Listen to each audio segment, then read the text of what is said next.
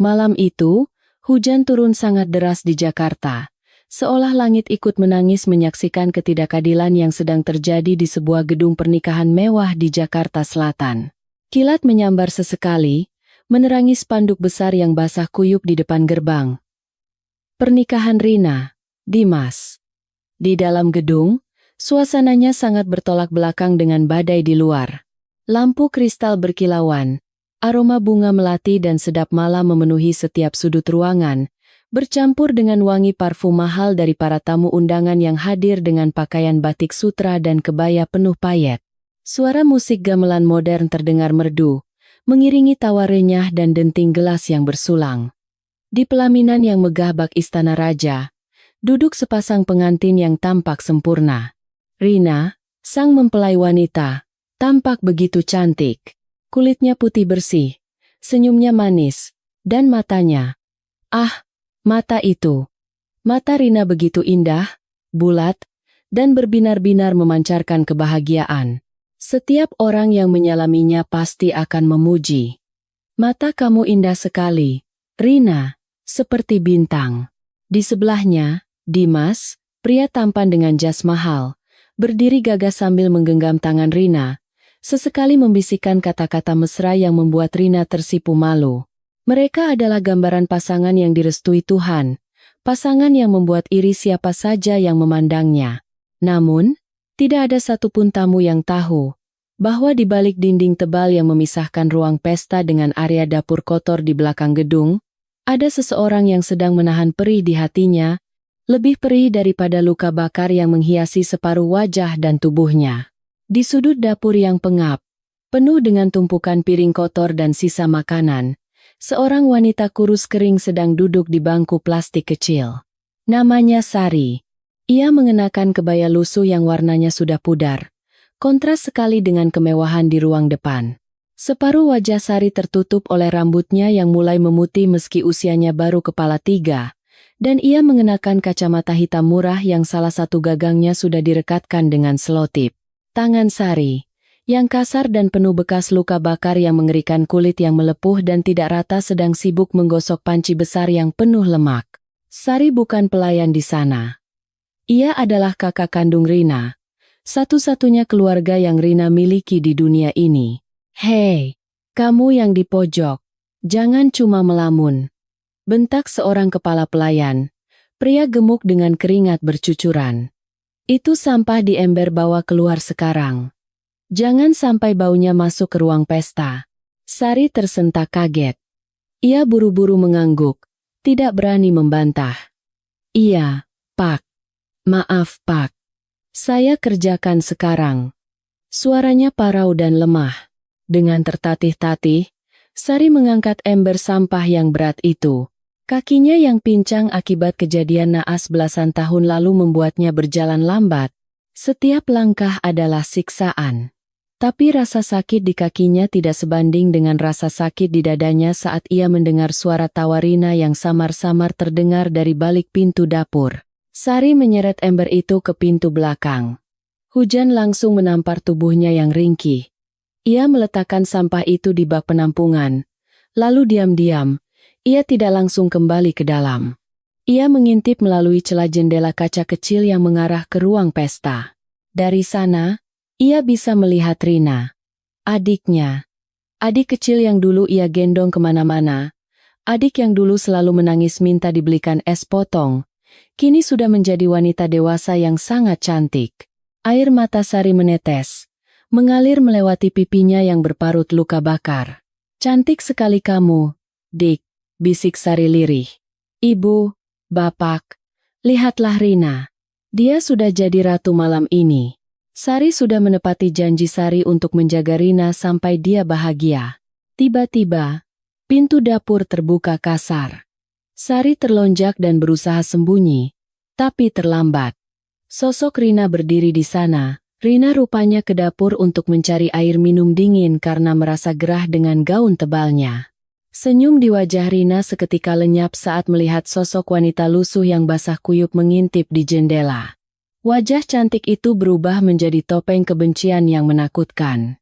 Rina menoleh ke kiri dan ke kanan, Memastikan tidak ada tamu atau keluarga Dimas yang melihat, lalu ia menyeret lengan Sari dengan kasar, menariknya masuk ke lorong sepi dekat toilet karyawan.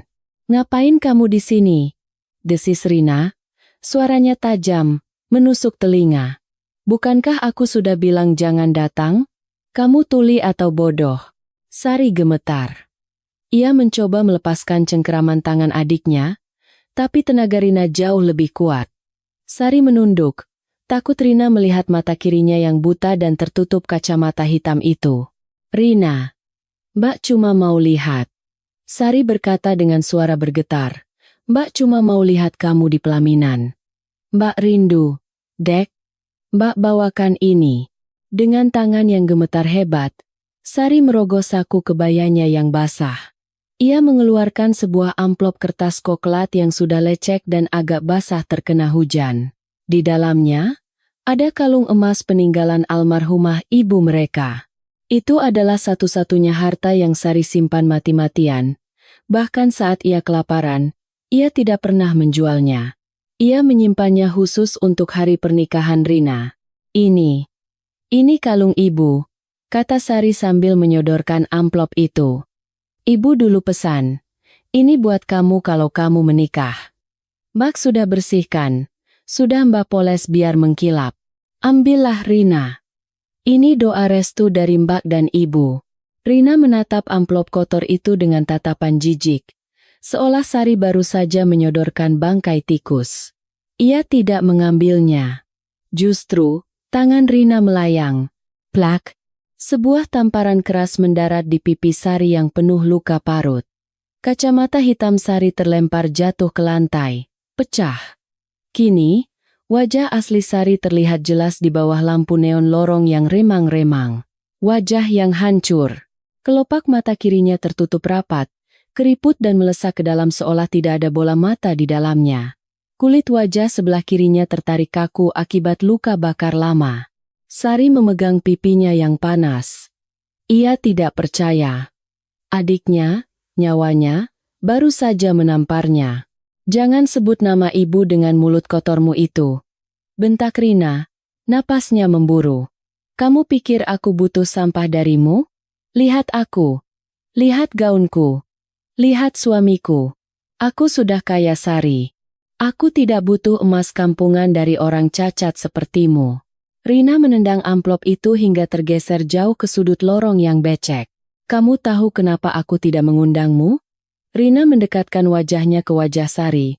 Matanya melotot penuh kebencian. "Karena kamu itu aib. Kamu bikin malu.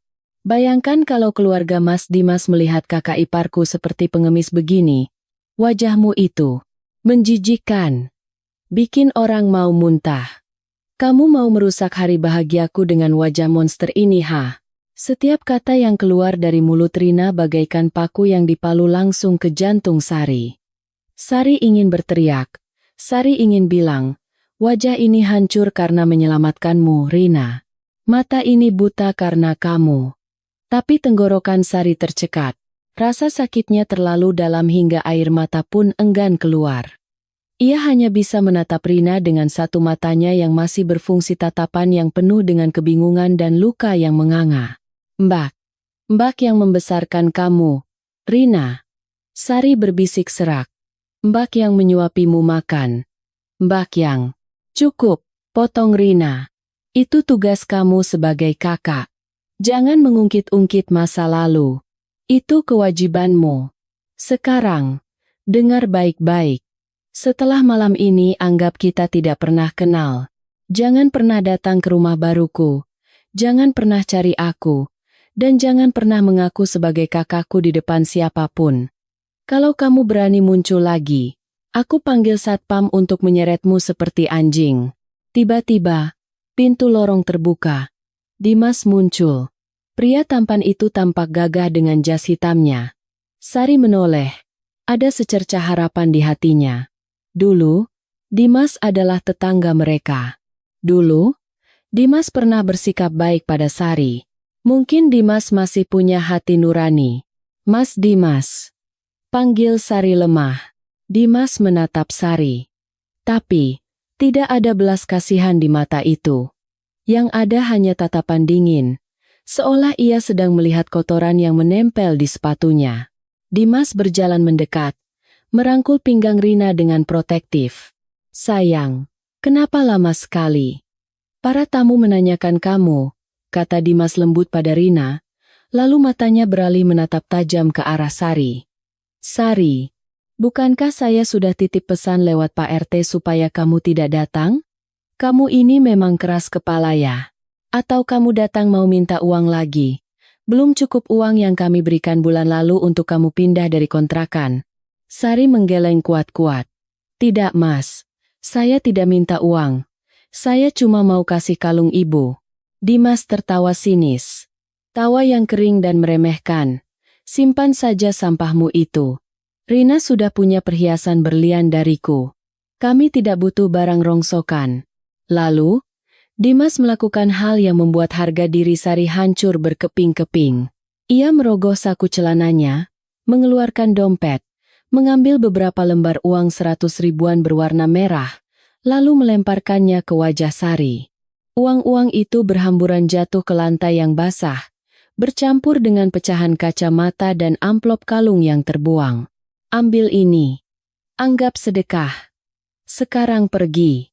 Jangan sampai security melihat kamu.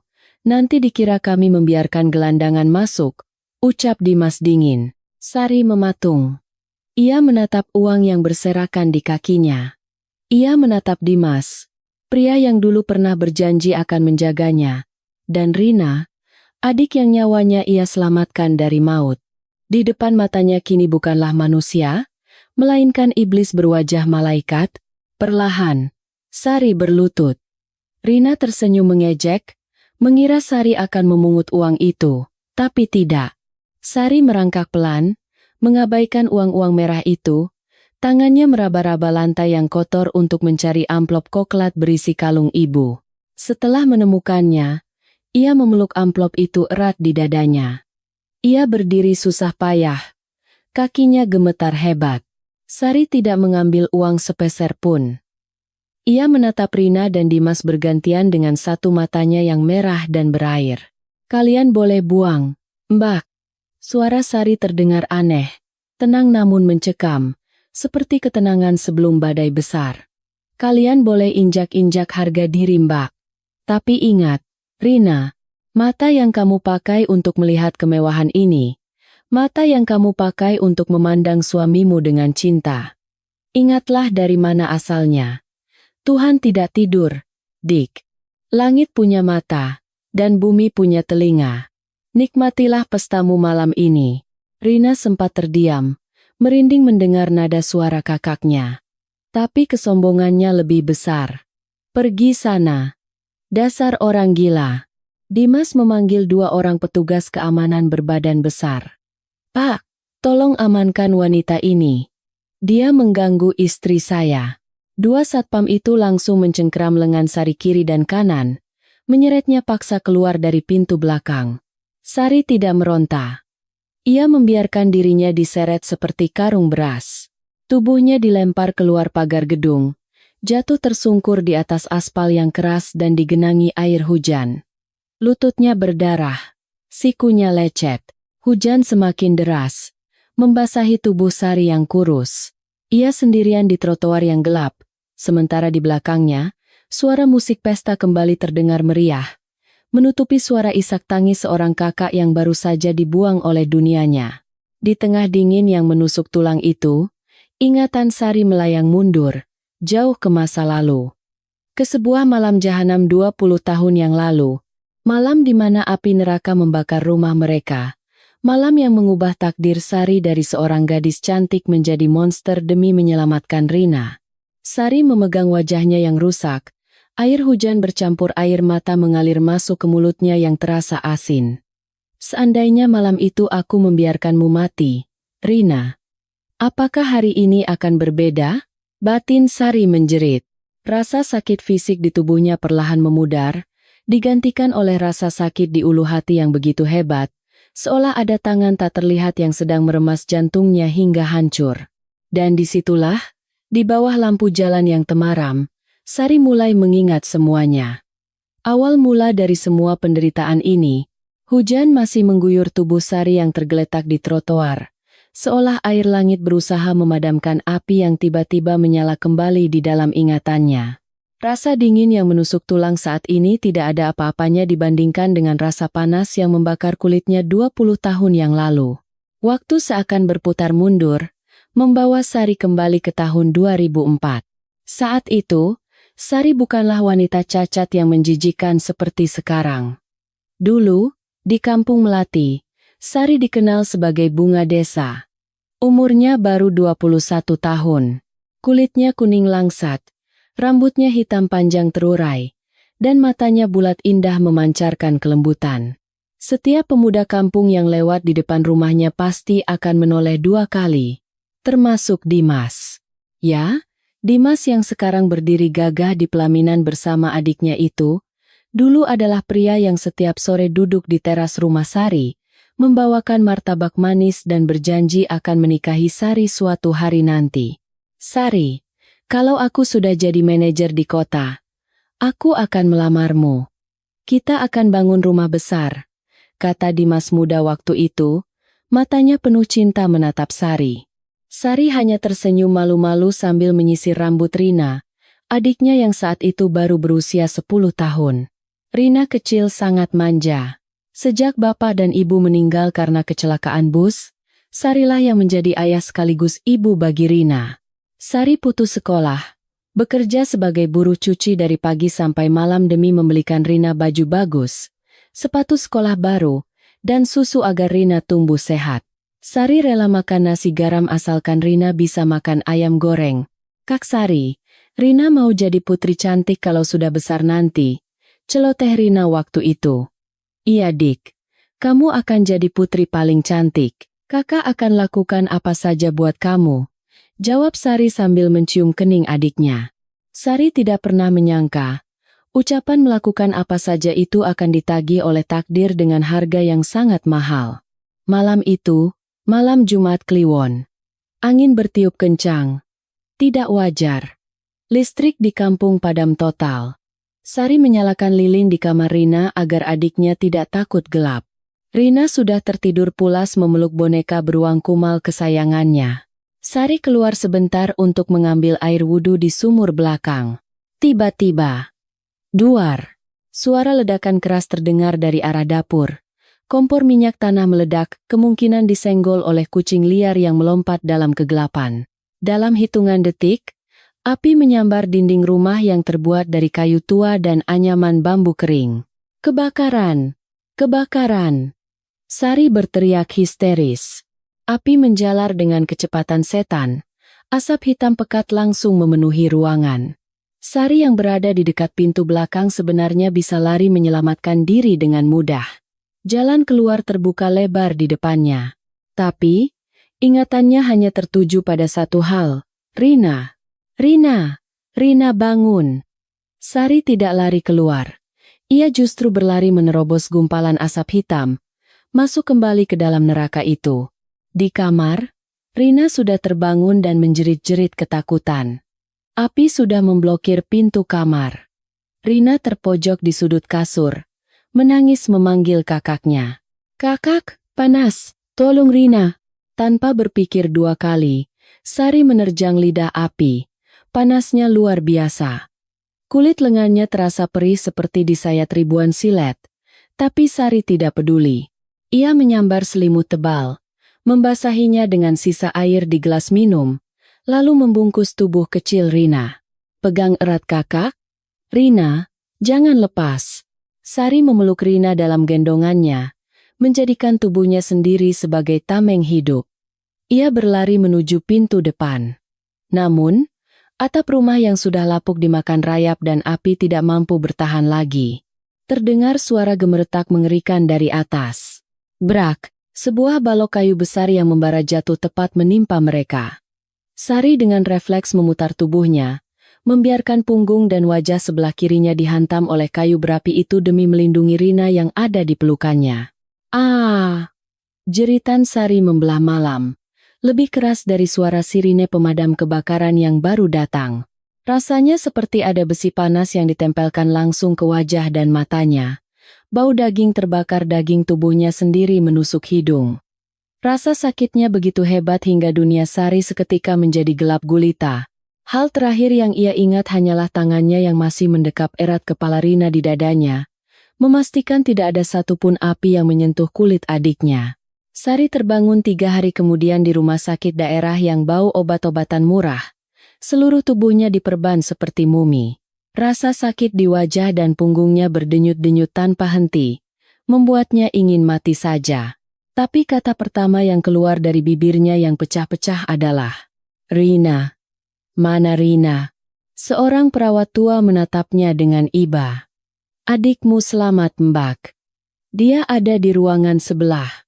Lukanya tidak parah, hanya lecet sedikit dan..." Matanya terkena asap panas terlalu lama. Jantung Sari berhenti berdetak sesaat. Matanya? Kenapa matanya? Sari memaksa bangun, menyeret tiang infusnya, mengabaikan rasa sakit yang merobek kulitnya setiap kali ia bergerak. Ia berjalan tertatih ke ruangan sebelah. Di sana, Rina sedang duduk di atas ranjang, matanya diperban total. Rina menangis histeris. Gelap. "Kakak, kenapa gelap?" Rina nggak bisa lihat apa-apa. Rina takut. Dokter menjelaskan bahwa kornea mata Rina rusak parah akibat paparan asap panas dan serpihan debu api. Jika tidak segera mendapatkan donor kornea, Rina akan buta permanen seumur hidupnya. Sari terduduk lemas di lantai. Adiknya, putri kecilnya, akan buta? "Dok, tolong lakukan operasi. Tolong selamatkan mata adik saya." Sari memohon, bersujud di kaki dokter. "Biayanya sangat mahal, Mbak. Dan kita harus menunggu donor. Antreannya bisa bertahun-tahun." Jawab dokter itu pesimis. "Rumah kalian habis terbakar. Kalian tidak punya asuransi. Maaf, saya tidak bisa membantu banyak." Dunia Sari runtuh. Harta bendanya musnah.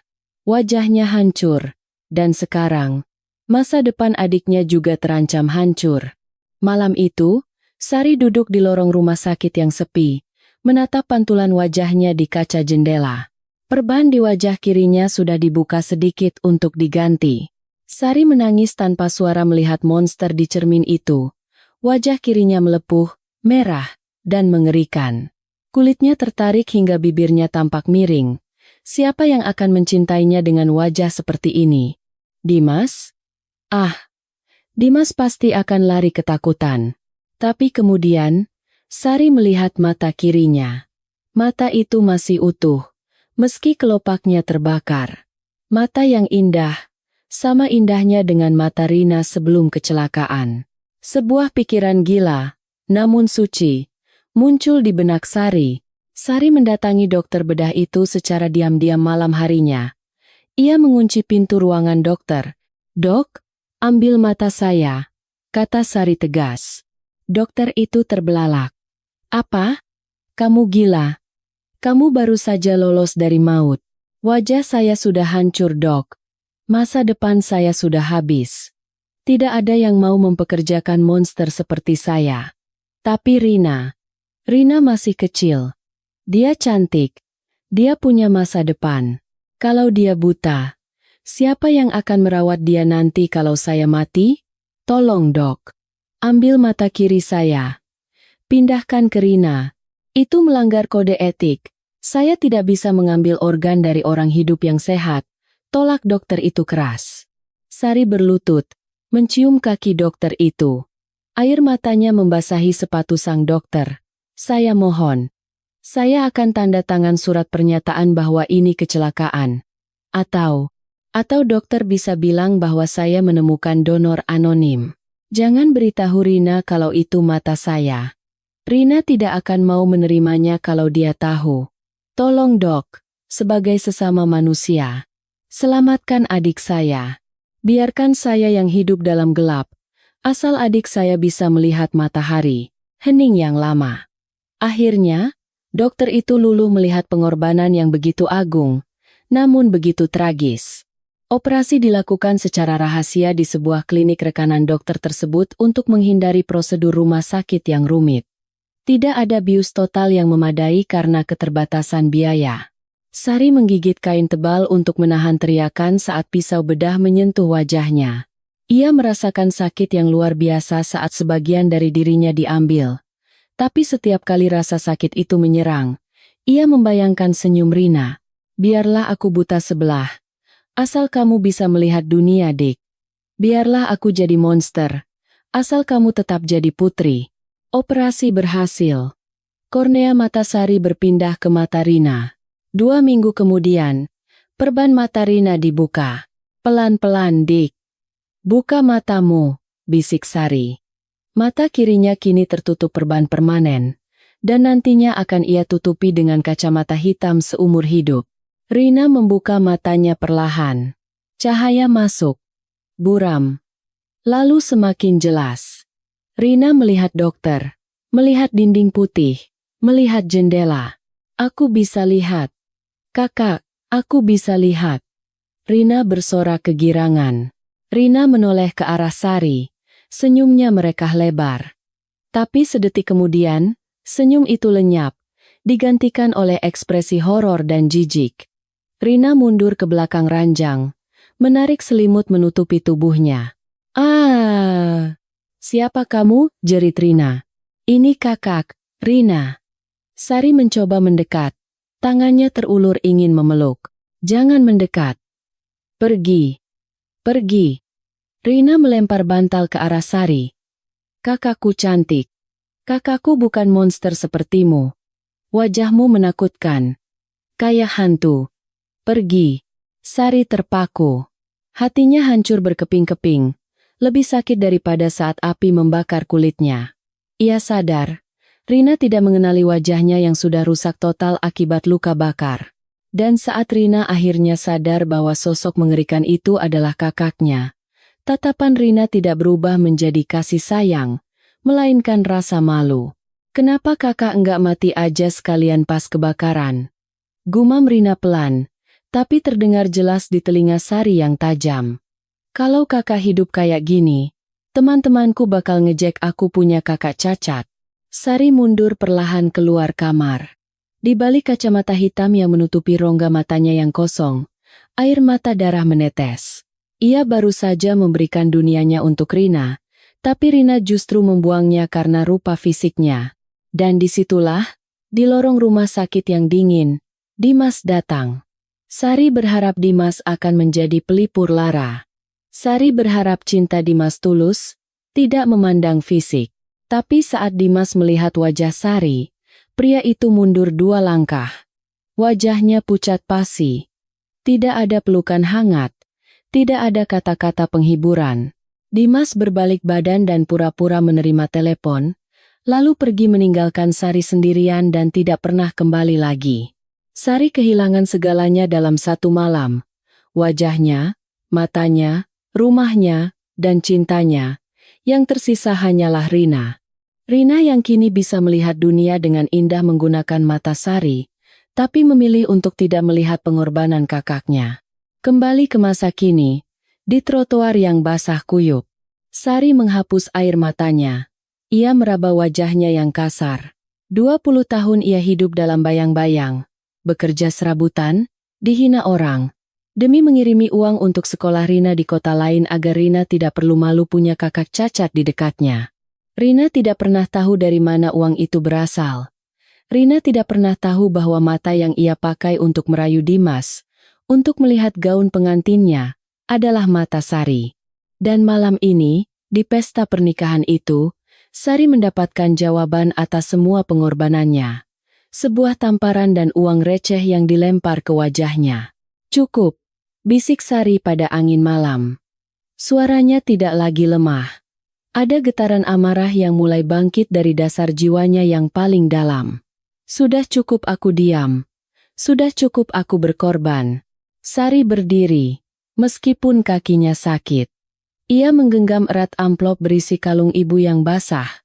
Tiba-tiba, sebuah mobil sedan mewah berwarna hitam berhenti di depan Sari.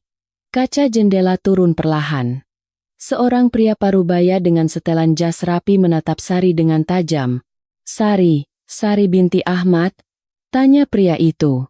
Sari menyipitkan mata kanannya. "Siapa tuan?" "Saya pengacara keluarga Atmojo. Keluarga kandung dari ayahmu yang sebenarnya," kata pria itu datar namun tegas. "Sudah lama kami mencarimu. Ternyata kamu dibuang di sini seperti sampah." Sari terdiam. "Ayah?" Ayahnya hanyalah buruh tani miskin yang sudah meninggal.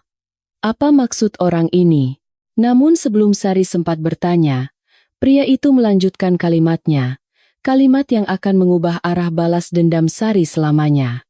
"Dan saya juga membawa surat wasiat tentang tanah tempat gedung pernikahan mewah di belakangmu itu berdiri.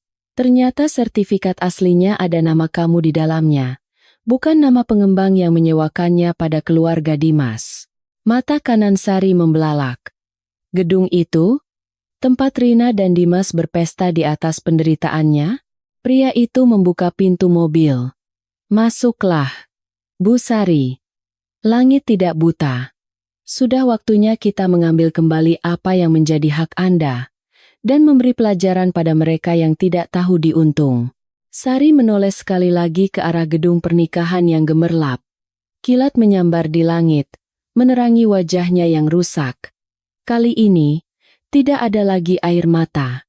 Yang ada hanya senyum tipis yang mengerikan di bibir miringnya. "Tunggu aku, Rina. Tunggu aku, Dimas," batin Sari. Pestanya baru saja dimulai. Di dalam mobil sedan mewah yang melaju menembus badai Jakarta, keheningan terasa begitu mencekam. Sari duduk di kursi belakang yang empuk, terbalut selimut wol tebal yang diberikan oleh sopir. Tubuhnya masih menggigil, bukan karena dinginnya AC mobil, melainkan karena guncangan jiwa yang baru saja ia alami. Di tangannya, ia masih mendekap erat amplop koklat basah berisi kalung almarhumah ibunya, satu-satunya benda yang menghubungkannya dengan masa lalu yang penuh kasih sayang, sebelum dunia berubah menjadi neraka. Pria parubaya di sebelahnya, yang memperkenalkan diri sebagai Pak Burhan, menatap Sari dengan sorot mata campur aduk antara kasihan dan hormat. Pak Burhan adalah pengacara senior yang sudah memakan asam garam kehidupan. Namun melihat kondisi Sari, hatinya tetap terenyuh. "Minumlah ini, Bu Sari." Pak Burhan menyodorkan botol air mineral hangat. "Perjalanan kita masih agak jauh." Sari menerima botol itu dengan tangan gemetar. Ia meneguknya sedikit, lalu memberanikan diri bertanya dengan suara serak. "Pak, Bapak tidak salah orang? Saya cuma Sari, penjual kue keliling." Wajah saya hancur. "Saya bukan siapa-siapa." Pak Burhan menghela napas panjang, lalu membuka tas kerjanya. Ia mengeluarkan sebuah foto tua berwarna hitam putih. Foto seorang pria gagah yang sedang berdiri di depan sebuah rumah gadang yang megah di Sumatera Barat. "Ini ayah kandung Anda, Bu." "Tuan Malik," kata Pak Burhan pelan. "Ayah yang membesarkan Ibu Sari selama ini, Pak Ahmad, sebenarnya adalah orang kepercayaan Tuan Malik. Dulu, karena konflik keluarga besar yang memperebutkan harta warisan dan ancaman pembunuhan, Tuan Malik terpaksa menitipkan bayi perempuannya yaitu Anda kepada Pak Ahmad untuk dibawa lari ke Jawa dan disembunyikan sebagai anak kandung mereka sendiri." Sari ternganga. Matanya yang satu-satunya berfungsi membelalak tak percaya. Selama ini ia hidup dalam kemiskinan. Mengira dirinya adalah anak buruh tani. Ternyata ia adalah putri yang dibuang demi keselamatannya sendiri. Tuan Malik meninggal 5 tahun lalu karena sakit. Lanjut Pak Burhan, suaranya memberat. "Sebelum meninggal, beliau menghabiskan seluruh sisa hidupnya mencari Anda. Tapi jejak Pak Ahmad hilang saat kebakaran besar di kampung itu terjadi. Kami pikir Anda sudah meninggal. Sampai seminggu yang lalu, salah satu detektif kami menemukan data rumah sakit lama.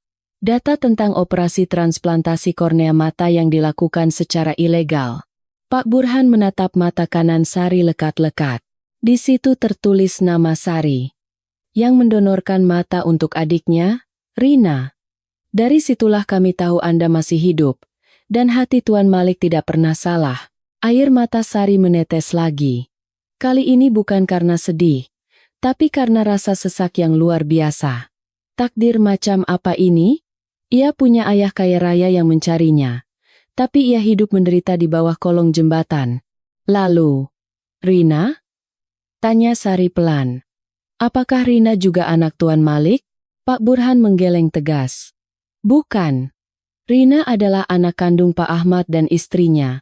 Anda dan Rina tidak sedarah. Pak Ahmad merawat Anda seperti anak sendiri.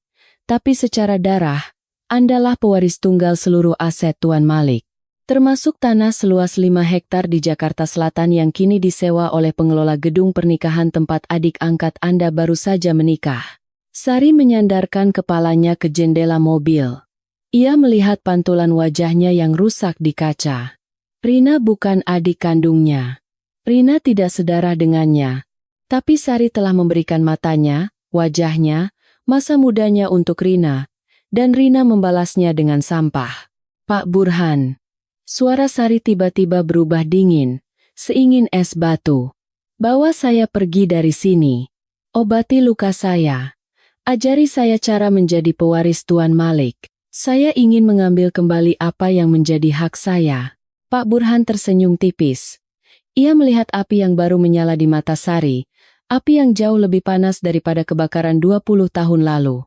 Siap, Nyonya. Mulai malam ini, hidup Anda akan berubah. Sementara itu, 6 bulan telah berlalu sejak malam pernikahan yang penuh drama itu.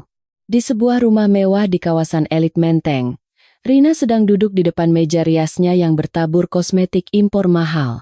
Kamarnya begitu luas, berlantai marmer dingin, dengan ranjang ukuran king size yang didatangkan langsung dari Italia.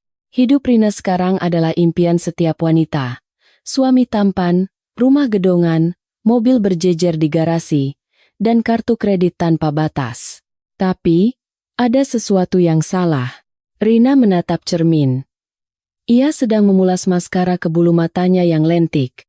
Tiba-tiba, tangannya berhenti. Di cermin itu, ia melihat pantulan mata kirinya. Mata yang ia dapatkan dari Sari tampak merah menyala. Aduh! Rina memekik pelan, menjatuhkan maskaranya. Ia merasakan denyutan yang sangat sakit di bola mata kirinya. Rasanya panas, seperti ada bara api yang ditaruh di dalamnya. Ini bukan pertama kalinya terjadi. Sejak pulang dari bulan madu di Bali, mata kiri ini sering bermasalah. Dokter mata terbaik di Jakarta bilang tidak ada infeksi apa-apa. Korneanya menyatu dengan sempurna. Tapi Rina selalu merasa ada yang mengganjal.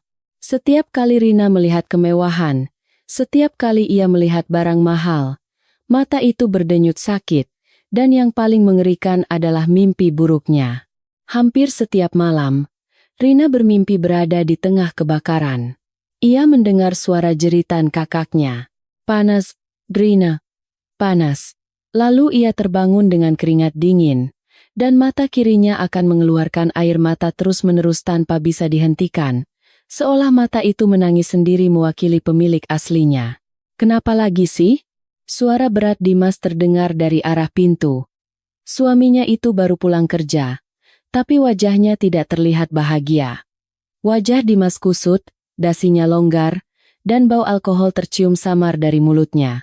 Mas, mataku sakit lagi. Rengek Rina, berharap dimanja. Kayaknya kita harus ke Singapura deh. Dokter sini nggak becus. Dimas mendengus kasar. Ia melempar tas kerjanya ke sofa. Singapura. Singapura melulu. Kamu pikir uang tinggal petik dari pohon? Bisnisku lagi seret, Rin. Klien besar tiba-tiba membatalkan kontrak. Saham anjlok. Kamu bisanya cuma belanja dan ngeluh sakit mata. Rina terkejut dibentak begitu. Dulu Dimas selalu lembut. Kok kamu bentak aku? Kan uang tabunganku, maksudku uang Kasari yang kita ambil itu masih banyak kan? Dimas menatap istrinya dengan tatapan meremehkan. Uang receh segitu sudah habis buat pesta pernikahan kita yang lebay itu. Sekarang kita hidup dari putaran bisnisku. Dan kalau bulan ini aku nggak dapat suntikan dana, kita bisa bangkrut. Dimas berjalan mendekat, mencengkeram dagu Rina kasar. Ia menatap mata kiri Rina. Lagian aneh. Mata itu kan mata kakakmu. Jangan-jangan si cacat itu nyantet kamu dari jauh. Dimas tertawa sinis. Tapi ada ketakutan di matanya. Atau jangan-jangan mata itu menolak ada di tubuh wanita yang tidak tahu diri sepertimu. Mas. Jahat banget mulutmu. Rina menepis tangan Dimas. Kak Sari itu gembel. Dia nggak mungkin bisa nyantet. Dia pasti sudah mati kelaparan di jalanan. Semoga saja. Gumam Dimas sambil berlalu masuk ke kamar mandi. Karena kalau dia masih hidup, dia cuma jadi beban. Rina kembali menatap cermin. Jantungnya berdebar kencang. Ia mengusap mata kirinya. Tidak mungkin. Ini cuma iritasi. Kak Sari sudah hilang. Dia tidak akan kembali. Rina mencoba menenangkan dirinya sendiri. Tapi jauh di lubuk hatinya, rasa bersalah yang selama ini ia kubur mulai bangkit menjadi hantu yang menakutkan. 3 bulan kemudian, dunia bisnis Jakarta digemparkan dengan kemunculan seorang investor misterius. Tidak ada yang tahu nama aslinya. Orang-orang hanya memanggilnya Nyonya Ros. Kabarnya, Nyonya Ros baru saja pulang dari luar negeri dan memborong banyak properti strategis di Jakarta Selatan dengan uang tunai. Gaya Nyonya Ros sangat eksentrik dan misterius. Ia selalu mengenakan pakaian serba hitam yang elegan, topi lebar, dan cadar atau masker kain yang menutupi separuh wajahnya. Ia tidak banyak bicara, tapi setiap keputusannya tajam dan mematikan. Pagi itu, di kantor Dimas yang mulai sepi karena banyak karyawan di PHK, suasana terasa tegang. Dimas sedang memijat pelipisnya yang pening. Tagihan menumpuk. Bank mengancam akan menyita rumah mewahnya jika ia tidak segera membayar cicilan yang macet. Tiba-tiba, sekretarisnya masuk dengan wajah pucat. Pak Dimas, ada tamu. Perwakilan dari pemilik tanah gedung kantor ini. Dimas mengernyit. Pemilik tanah? Bukannya sewa kita masih 2 tahun lagi? Itu dia masalahnya, Pak. Pemilik tanah yang lama sudah menjual aset ini kepada pemilik baru. Dan pemilik baru ingin meninjau ulang kontrak sewa. Beliau ada di ruang rapat sekarang. Dimas buru-buru merapikan dasinya. Ini kesempatan, pikirnya. Kalau pemilik baru ini kaya, mungkin ia bisa merayu untuk mendapatkan suntikan modal atau setidaknya perpanjangan tempo bayar. Dimas adalah pria yang pandai bersilat lidah dan memikat wanita. Ia percaya diri dengan pesonanya. Dimas melangkah percaya diri ke ruang rapat. Pintu kaca dibuka. Di ujung meja panjang yang terbuat dari kayu jati, duduk seorang wanita. Posturnya tegak, anggun, namun mengintimidasi. Ia mengenakan setelan jas wanita berwarna merah marun yang mewah, senada dengan warna kursi. Separuh wajahnya tertutup kain sutra hitam yang dililitkan dengan gaya modern. Hanya memperlihatkan mata kanannya yang tajam dan bibir yang terpoles lipstik merah gelap. Mata kirinya tertutup eye patch, penutup mata, medis berwarna hitam yang justru membuatnya terlihat semakin berwibawa. Di samping wanita itu, berdiri Pak Burhan, yang kini berperan sebagai kuasa hukumnya. Selamat pagi, Pak Dimas. Sapa Pak Burhan sopan. Perkenalkan, ini klien saya. Pemilik baru gedung ini dan juga pemegang mayoritas surat utang perusahaan Anda yang baru saja kami beli dari bank. Kaki Dimas lemas seketika. Apa? Membeli utang saya? Wanita itu belum bicara. Ia hanya menatap Dimas. Tatapan mata kanannya begitu familiar, membuat bulu kuduk Dimas meremang. Tatapan itu seperti pisau bedah yang sedang menguliti isi kepalanya. Silakan duduk, Pak Dimas. Akhirnya wanita itu bersuara. Suaranya rendah, berat, dan berbeda. Suara itu terdengar berkelas. Jauh berbeda dengan suara Parausari si penjual kue. Dimas duduk dengan gugup.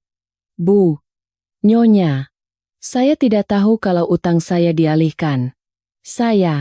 Bisnis saya sedang sedikit sulit. Tapi saya janji bulan depan akan lancar. Mohon beri saya keringanan. Wanita itu tertawa kecil. Tawa yang dingin. Ia mengetukkan jari-jarinya yang lentik, kini jari-jari itu bersih, terawat, dan dihiasi cincin berlian besar. Tidak ada lagi bekas luka bakar yang kasar di atas meja kaca. Keringanan? Tanya wanita itu. Saya dengar Anda baru saja mengadakan pesta pernikahan super mewah 6 bulan lalu. Anda menghabiskan miliaran rupiah untuk menyewa gedung, membeli gaun, dan menjamu tamu. Orang yang punya uang untuk pesta, seharusnya punya uang untuk bayar utang. Bukan begitu Pak Dimas? Dimas berkeringat dingin. Dari mana wanita ini tahu detail pestanya?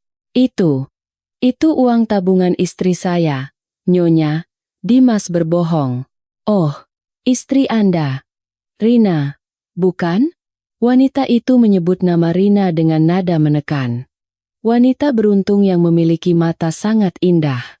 Saya dengar matanya adalah hasil donor dari kakaknya yang... Apa istilahnya? Cacat? Jantung Dimas berhenti berdetak. Ia menatap wanita itu lekat-lekat. Siapa? Siapa Anda sebenarnya? Tanya Dimas gagap. Wanita itu perlahan berdiri. Ia berjalan mendekati Dimas. Aroma parfum mahal menyeruak. Tapi di balik parfum itu, Dimas mencium aroma samar yang membuatnya teringat masa lalu. Aroma bunga melati yang dulu sering dipakai Sari. Wanita itu membungkuk sedikit di dekat telinga Dimas. Nama saya Ros. Tapi mungkin di kehidupan sebelumnya, orang-orang memanggil saya dengan sebutan sampah. Wanita itu menarik diri kembali sebelum Dimas sempat melihat wajah di balik kain penutupnya. Pak Dimas, saya punya penawaran untuk Anda, kata Nyonya Ros Akasari. Saya tidak akan menyita gedung ini. Saya juga tidak akan menagih utang Anda sekarang. Tapi ada syaratnya. Apa? Apa syaratnya Nyonya? Saya akan lakukan apa saja, seru Dimas penuh harap. Saya butuh asisten pribadi untuk mengurus aset-aset saya. Dan saya dengar istri Anda, Rina, adalah wanita yang sangat berbakat dalam menghabiskan uang dan bergaya sosialita. Saya ingin Rina bekerja untuk saya. Sebagai pelayan pribadi saya di rumah. Dimas melongo. Rina? Jadi pelayan? Tapi dia istri saya. Dia tidak bisa kerja kasar. Oh, sayang sekali. Sari mengangkat bahu, berpura-pura kecewa. Kalau begitu, besok pagi silakan kosongkan gedung ini dan siapkan diri Anda untuk kami gugat pilot. Rumah Anda di Menteng juga akan kami sita lusa. Sari berbalik badan, bersiap pergi. Tunggu, teriak Dimas panik. Otaknya berputar cepat. Antara harga diri istri dan kebangkrutan total. Bagi Dimas yang gila harta, jawabannya sudah jelas. Baik, baik, Nyonya. Saya setuju. Rina akan bekerja untuk Nyonya. Tolong jangan sita harta saya. Sari tersenyum di balik kain penutup wajahnya. Senyum kemenangan yang pahit. Bagus. Keputusan yang bijak.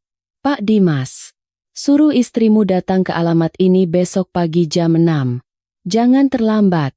Dan ingat, dia bekerja sebagai pelayan. Bukan Nyonya besar. Sari melempar kartu nama berwarna hitam emas ke meja, lalu melenggang pergi diikuti Pak Burhan. Di dalam mobil, setelah keluar dari area kantor, Sari membuka kain penutup wajahnya. Wajahnya kini sudah jauh lebih baik berkat operasi plastik mahal di Singapura. Kulitnya sudah rata meski masih ada bekas parut halus yang tidak bisa hilang total. Namun, matanya tetap buta satu. Apakah Anda puas, Nyonya? Tanya Pak Burhan. Sari menatap jalanan Jakarta yang macet. Belum, Pak Burhan. Ini baru permulaan. Aku ingin melihat Rina merasakan apa yang aku rasakan. Menjadi pelayan di rumah saudaranya sendiri. Diinjak-injak harga dirinya. Dan aku ingin melihat. Apakah mataku yang ada di wajahnya itu akan menangis darah saat melihat pemilik aslinya duduk di singgasana. Esok pagi, Rina akan melangkah masuk ke dalam kandang singa. Dan dia tidak akan pernah tahu bahwa singa itu adalah kakak yang dulu ia buang ke jalanan. Keesokan paginya, langit Jakarta masih berwarna abu-abu. Seolah enggan memberikan sinar matahari bagi nasib Rina yang berubah drastis dalam semalam. Sebuah taksi berhenti di depan gerbang besi hitam yang menjulang tinggi di kawasan elit Pondok Indah. Rina turun dengan langkah berat. Ia tidak mengenakan gaun sutra atau sepatu hak tinggi Jimmy Choo kesayangannya. Hari ini, sesuai instruksi dalam surat kontrak yang dilempar suaminya semalam, Rina hanya mengenakan kemeja putih polos murahan dan celana panjang hitam, persis seperti seragam cleaning service. Wajahnya sembab. Matanya bengkak karena menangis semalaman memohon pada Dimas agar tidak disuruh melakukan ini. Tapi jawaban Dimas sangat dingin. Kamu mau kita jadi gembel di kolong jembatan? Atau kamu mau kerja sedikit buat nyelamatin aset kita? Ingat Rin, kamu yang boros selama ini. Kamu yang bikin utang numpuk. Sekarang tanggung jawab. Rina menatap rumah besar di depannya. Rumah itu bergaya kolonial Belanda. Megah tapi memiliki aura yang gelap dan dingin. Halamannya luas ditumbuhi pohon beringin tua yang akarnya menggantung menyeramkan. Permisi, saya Rina, katanya pada interkom di gerbang. Gerbang terbuka otomatis dengan suara derit besi yang menyilukan. Rina berjalan masuk, melewati taman yang indah namun sunyi. Tidak ada tukang kebun, tidak ada satpam. Rumah itu terasa mati. Pintu utama terbuka. Di sana, berdiri seorang pria tua dengan wajah kaku. Itu Pak Burhan. Selamat datang, Nyonya Rina. Ah, maaf, maksud saya, Saudari Rina. Sapa Pak Burhan dengan nada formal yang menyengat.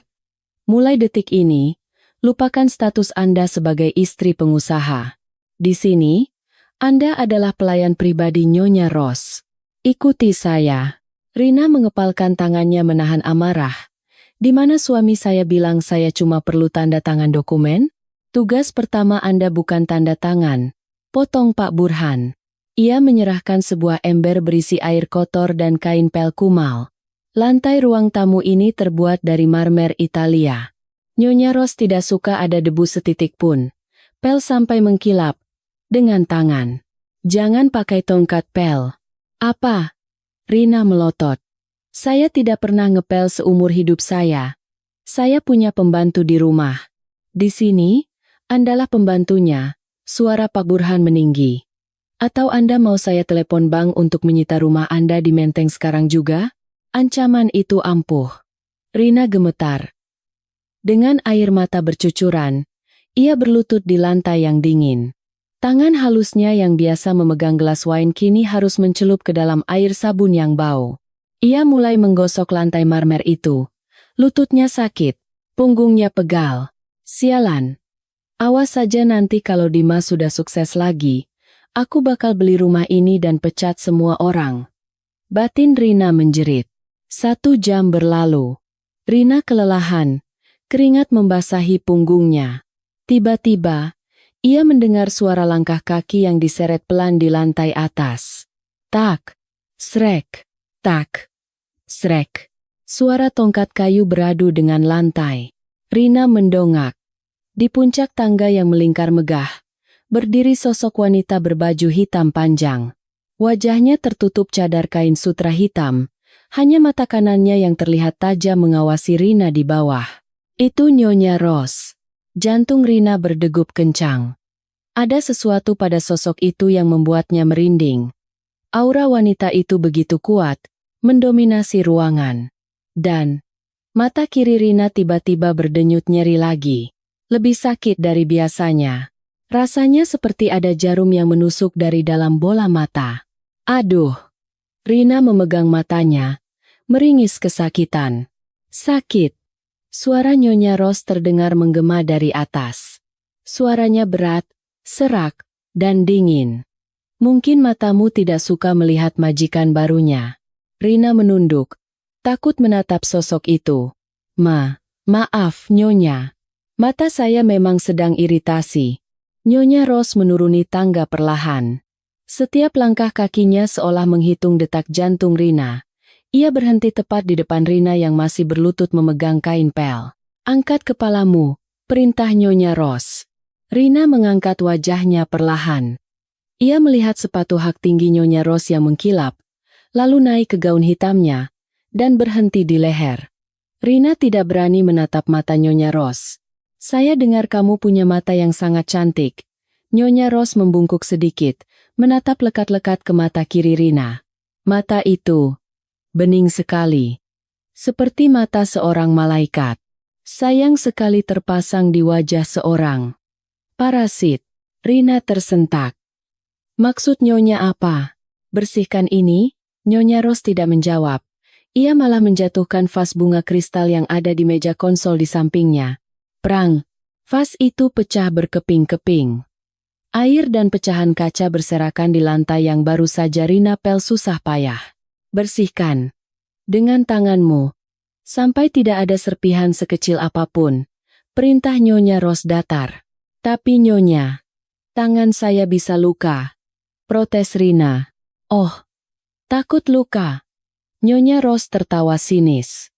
Dulu, ada seseorang yang rela seluruh tubuhnya terbakar dan hancur hanya agar kulitmu tetap mulus. Dan sekarang, hanya untuk memungut kaca saja kamu takut terluka? Betapa mahalnya kulitmu itu, Rina. Rina membeku. Tubuhnya kaku. Dari mana wanita ini tahu tentang kebakaran itu? Itu rahasia masa lalu yang Rina kubur dalam-dalam. Bahkan teman-teman sosialitanya tidak ada yang tahu Rina korban kebakaran. Nyonya, siapa Nyonya sebenarnya? Tanya Rina dengan suara bergetar.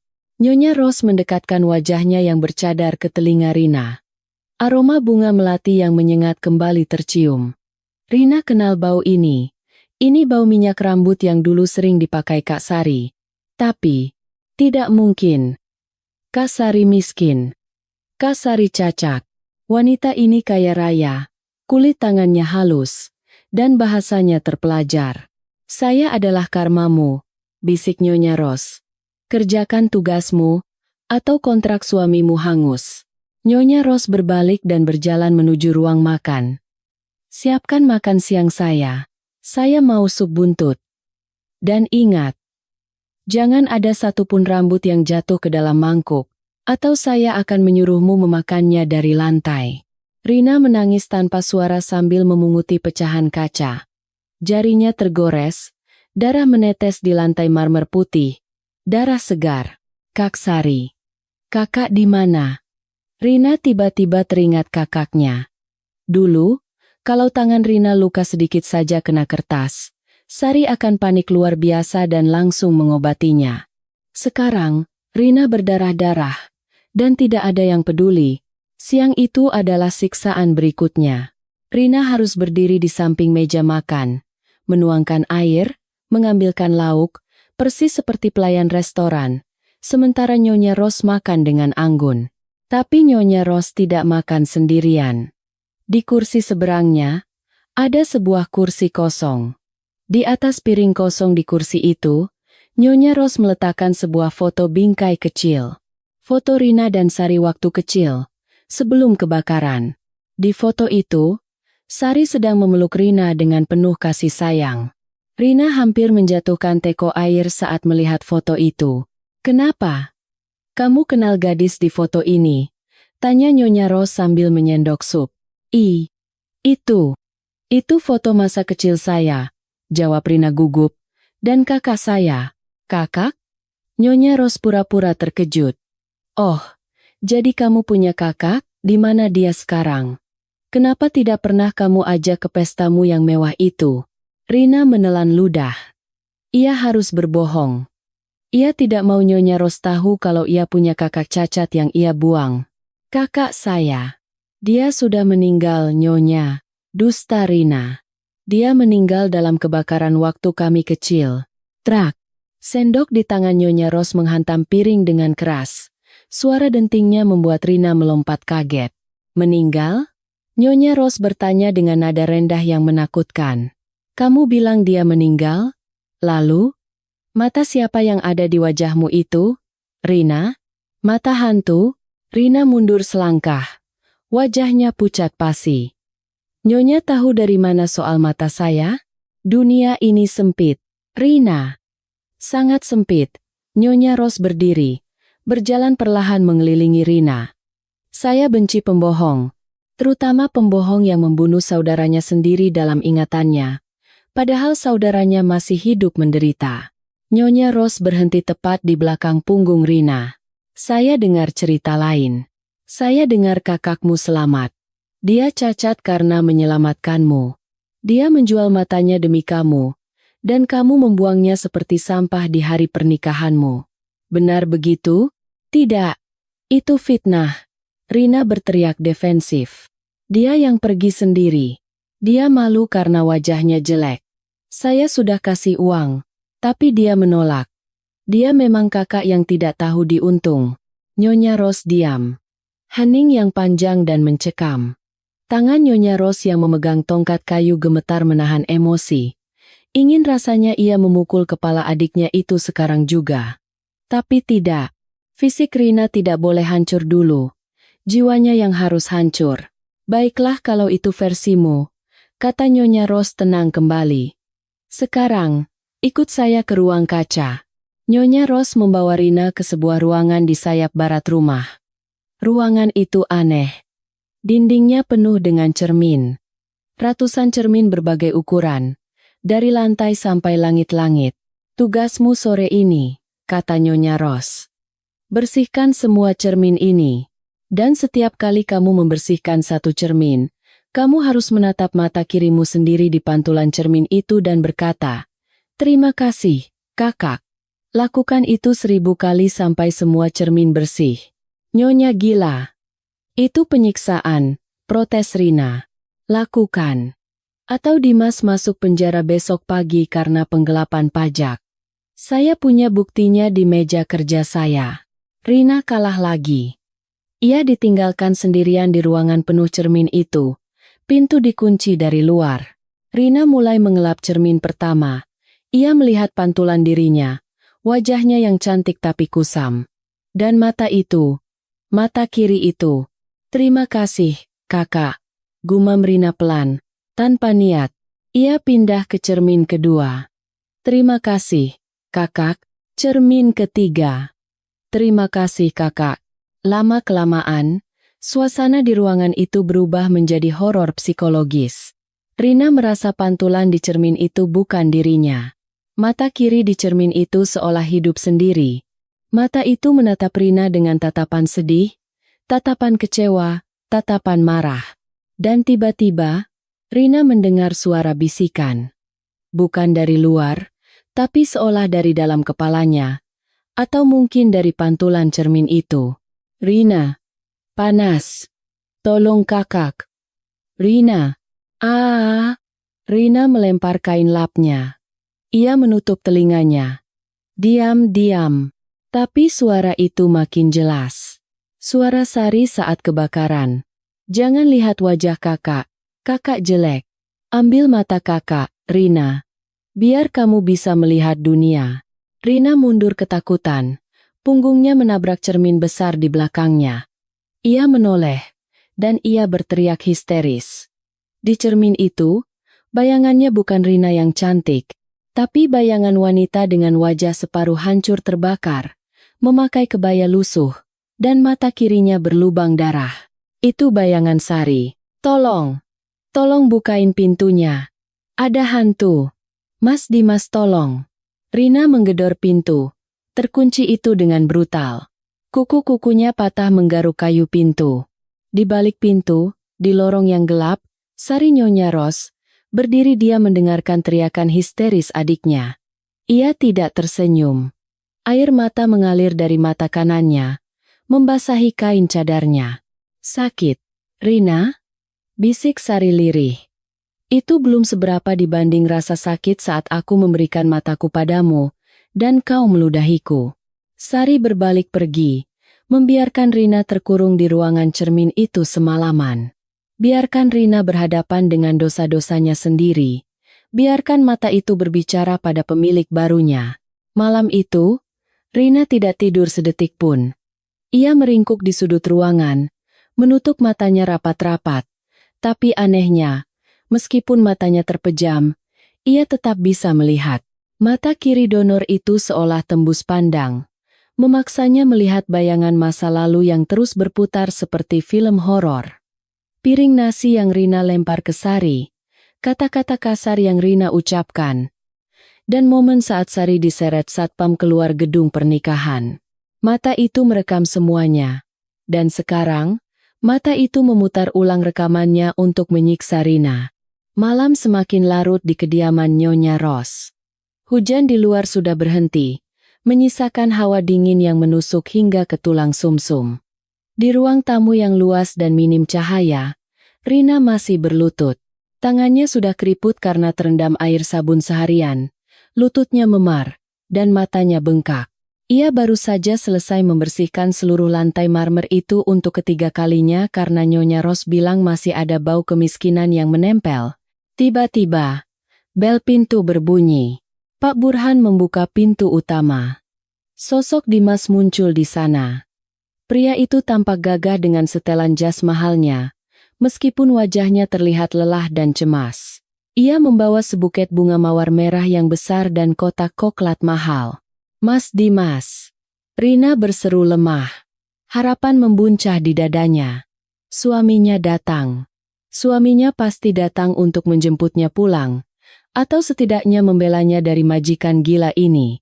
Rina berusaha berdiri, tapi kakinya kram sehingga ia terjatuh kembali. Dimas menatap istrinya yang berantakan di lantai. Bukannya menolong, kening Dimas justru berkerut jijik. "Rina, kenapa kamu kucel sekali?" desis Dimas pelan agar tidak didengar Pak Burhan. "Rapikan rambutmu. Jangan bikin malu aku di depan Nyonya Ros. Aku kesini mau negosiasi bisnis, bukan mau lihat drama." Hati Rina mencelos. "Negosiasi? Mas, aku capek. Bawa aku pulang." "Diam," bentak Dimas tertahan. "Kalau kamu pulang kita kehilangan semuanya. Kerjakan saja tugasmu." Anggap ini pengabdian istri pada suami. Tanpa memedulikan Rina yang menangis dalam diam, Dimas melangkah melewati tubuh istrinya seolah Rina hanyalah perabot rumah tangga. Ia menghampiri Pak Burhan, memasang senyum palsu terbaiknya. "Selamat malam, Pak Burhan. Saya ingin bertemu Nyonya Ros. Saya membawakan sedikit hadiah perkenalan." Pak Burhan menatap Dimas dengan tatapan datar yang sulit diartikan. "Silakan, Pak Dimas." Nyonya sudah menunggu di ruang kerja pribadi beliau di lantai 2. Tapi Nyonya berpesan, "Tinggalkan sopan santun palsu Anda di luar pintu." Dimas tertawa canggung, lalu naik ke lantai 2. Jantungnya berdebar kencang. Dalam otaknya yang licik, ia sudah menyusun rencana. Nyonya Ros adalah janda kaya menurut asumsinya. Jika ia bisa menaklukkan hati wanita itu dengan pesonanya, mungkin ia tidak hanya bisa selamat dari utang, tapi juga bisa menguasai hartanya. Rina? Rina bisa diceraikan kapan saja. Lagi pula Dimas mulai bosan dengan Rina yang cengeng dan bermasalah dengan mata kirinya itu. Dimas mengetuk pintu ruang kerja yang terbuat dari kayu jati ukiran Jepara. "Masuk." Suara wanita itu terdengar berat dan menggoda dari dalam. Dimas membuka pintu. Ruangan itu remang-remang, hanya diterangi lampu meja antik dan perapian buatan yang menyala. Nyonya Ros duduk di kursi kebesarannya yang membelakangi pintu, menghadap ke jendela besar yang menampilkan pemandangan taman gelap. Asap rokok pipa mengepul tipis dari arahnya. "Selamat malam, Nyonya Ros," sapa Dimas dengan suara bariton andalannya yang dulu sukses meluluhkan hati Rina dan Sari. "Maaf saya lancang datang malam-malam. Saya hanya ingin memastikan, apakah ada hal lain yang bisa saya lakukan untuk memuaskan Nyonya? Selain menjadikan istri saya pelayan, tentu saja." Kursi itu berputar perlahan. Nyonya Ros menghadap Dimas. Malam ini, ia tidak memakai cadar kain. Ia mengenakan topeng pesta bergaya Venesia yang menutupi separuh wajah kirinya bagian yang rusak dan mata butanya, sementara separuh wajah kanannya yang cantik terekspos, dipulas make up sempurna. Bibirnya merah menyala. Napas Dimas tercekat. Wanita ini cantik. Ada aura misterius yang sangat seksi. "Duduklah, Dimas," perintah Nyonya Ros. Dimas duduk, meletakkan bunga mawar di meja. Untuk wanita secantik Nyonya, mawar ini bahkan terasa kurang indah. Sari tersenyum miring. Ia mengambil satu tangkai mawar itu, menciumnya, lalu dengan sengaja meremas durinya hingga jarinya berdarah sedikit. Duri, gumam Sari. Kau suka benda berduri, Dimas? Atau kau lebih suka benda yang cacat? Dimas mengerutkan kening, bingung dengan arah pembicaraan ini. Maksud Nyonya? Saya pecinta keindahan. Saya tidak suka cacat. Itu sebabnya saya. Dimas ragu sejenak, lalu memutuskan untuk bermain api. Itu sebabnya saya menikahi Rina dulu, karena dia sempurna. Tapi sekarang, dia mulai rusak. Matanya bermasalah. Jujur saja, saya mulai kehilangan selera. Sari tertawa pelan. Tawa yang menyayat hati. Oh, jadi kau tipe pria yang akan membuang mainanmu saat mainan itu rusak? Tega sekali. Dimas bangkit dari kursinya, memberanikan diri mendekat ke arah Sari. Ia berdiri di samping kursi Sari. Tangannya perlahan menyentuh bahu wanita itu. Bukan tega, Nyonya, tapi realistis. Laki-laki butuh pendamping yang bisa membawanya terbang tinggi, bukan yang menjadi beban, bisik Dimas menggoda. Seperti Nyonya. Anda kuat, kaya, dan misterius. Saya rasa kita bisa menjadi partner yang hebat. Rina tidak perlu tahu. Biarkan dia jadi pelayan di bawah. Sementara kita, tangan Dimas hendak menyentuh pipi kanan Sari. Sret. Sari menangkap pergelangan tangan Dimas dengan cengkeraman yang sangat kuat, jauh lebih kuat dari tenaga wanita biasa. Kuku-kuku Sari menancap ke kulit Dimas. Au! Sakit Nyonya. Dimas kaget. Sari tidak melepaskannya. Ia mendongak, menatap mata Dimas lekat-lekat dengan satu mata kanannya yang tajam. Kau bilang kau tidak suka cacat. Dimas? Tanya Sari, suaranya berubah. Tidak lagi berat dibuat-buat, tapi kembali ke suara aslinya. Suara Sari yang dulu. Lalu kenapa dulu kau berjanji akan menikahi seorang gadis kampung yang miskin? Kenapa kau makan martabak di teras rumahnya setiap sore? Wajah Dimas pucat pasi. Matanya membelalak horor. Suara itu. Ingatan masa lalu menghantamnya seperti truk. Sari? Bisik Dimas gemetar. Tidak mungkin. Sari sudah. Sudah apa? Sudah mati? Sudah jadi sampah? Sari berdiri perlahan. Dengan gerakan dramatis, ia melepas topeng Venesia yang menutupi separuh wajah kirinya. Di bawah cahaya lampu meja yang remang, wajah asli Sari terpampang jelas. Memang, operasi plastik di Singapura telah memperbaiki tekstur kulitnya, membuatnya tidak seburuk dulu. Tapi kelopak mata kirinya. Kelopak mata itu tertutup rapat, dijahit rapi, cekung ke dalam karena tidak ada bola mata di sana. Sebuah lubang kosong yang menjadi saksi bisu pengorbanan paling tulus di dunia. Lihat aku, Dimas. Bentak Sari. Dimas mundur terhuyung-huyung hingga menabrak rak buku. Kakinya lemas. Ia jatuh terduduk di lantai. Setan. Kau hantu. Racau Dimas ketakutan. Sari berjalan mendekat. Langkah kakinya tenang namun mematikan. Ia berjongkok di depan Dimas, mencengkeram dagu pria itu, memaksanya menatap wajahnya. Aku bukan hantu, Mas Dimas. Aku wanita yang kau tinggalkan di rumah sakit 20 tahun lalu. Aku wanita yang kau usir dan kau lempari uang di pesta pernikahanmu 6 bulan lalu. Sari menunjuk mata kirinya yang buta. Kau bilang kau jijik dengan cacat? Kau tahu di mana mata ini sekarang, Dimas? Mata ini ada di wajah istrimu. Di wajah Rina. Mata yang kau puja-puja setiap malam. Mata yang kau bilang indah itu. Adalah mataku. Dimas seperti disambar petir. Mulutnya menganga. Tapi tidak ada suara yang keluar. Fakta itu terlalu mengerikan untuk diterima akal sehatnya. Istrinya memakai mata mantan kekasihnya yang ia buang? Tidak. Bohong. Desis Dimas. Tanya saja pada Rina. Atau lebih baik lagi. Tanya pada mata itu sendiri. Sari tersenyum kejam. Sekarang kau mengerti kenapa mata Rina sering sakit? Kenapa dia bermimpi buruk? Karena bagian tubuhku menolak menyatu dengan darah pengkhianat. Dimas gemetar hebat. Keringat dingin membasahi seluruh tubuhnya. Ia sedang berhadapan dengan wanita yang memegang nyawanya. Utangnya, rumahnya, karirnya, semua ada di tangan Sari. Sari melepaskan cengkeramannya, lalu berdiri dan kembali duduk di kursi kebesarannya. Ia kembali menjadi Nyonya Ros yang dingin. Sekarang kau punya dua pilihan, Dimas, kata Sari datar sambil menyalakan kembali pipa rokoknya. Dimas mendongak, harapan hidup kembali menyala di matanya yang pengecut.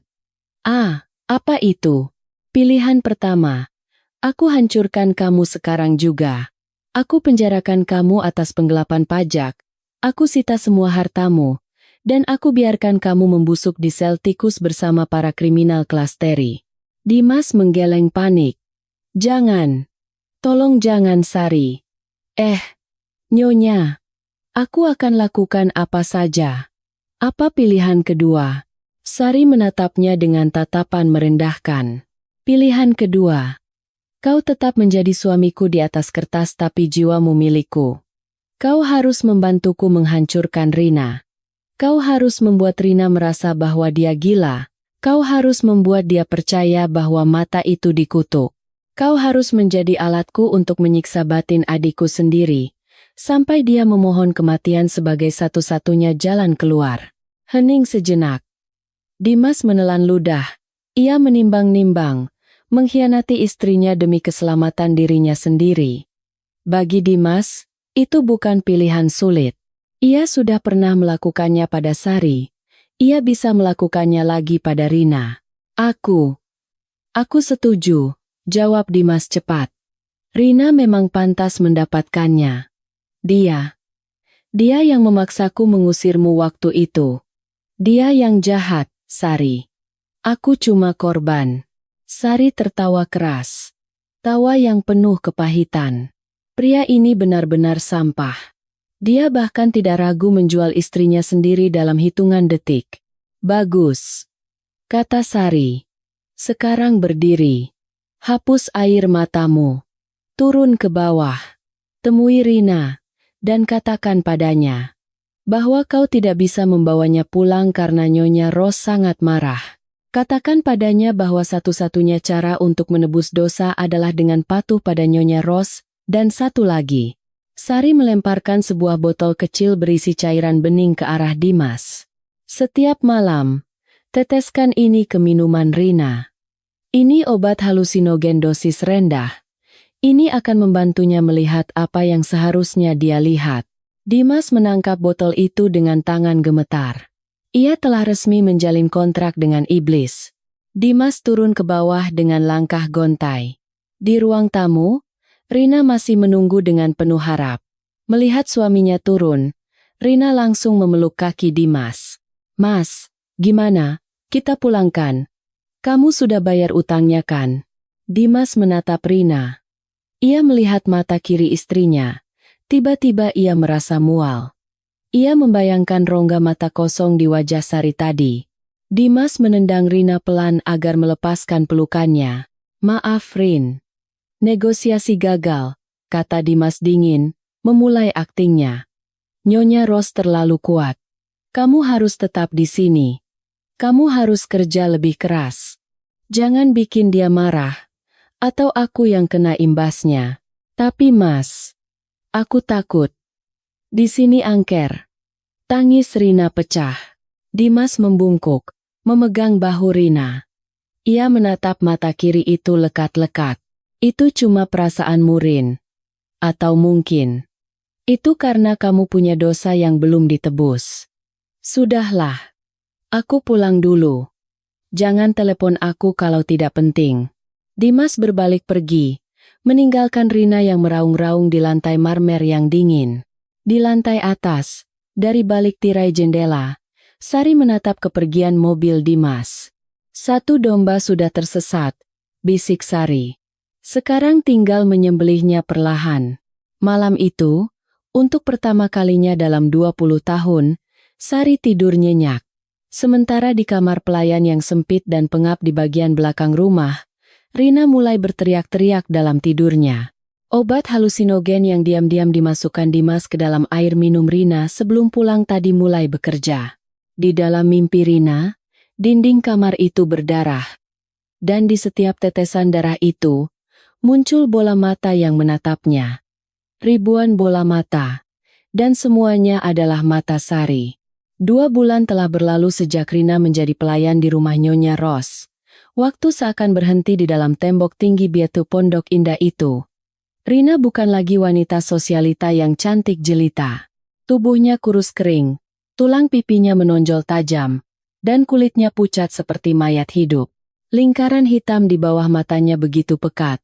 Kontras dengan mata kirinya yang anehnya tampak semakin bersinar merah dan hidup, seolah menyerap energi kehidupan dari tubuh inangnya. Setiap malam, Rina berteriak dalam tidurnya. Obat halusinogen yang dicampurkan Dimas ke dalam minumannya bekerja dengan sangat efektif. Rina melihat bayangan api di setiap sudut kamar. Ia melihat kulit tangannya melepuh. Ia mendengar suara nyanyian pengantar tidur yang dulu sering dinyanyikan Sari, tapi dengan nada yang sumbang dan menakutkan. Namun pagi ini, ada sesuatu yang berbeda.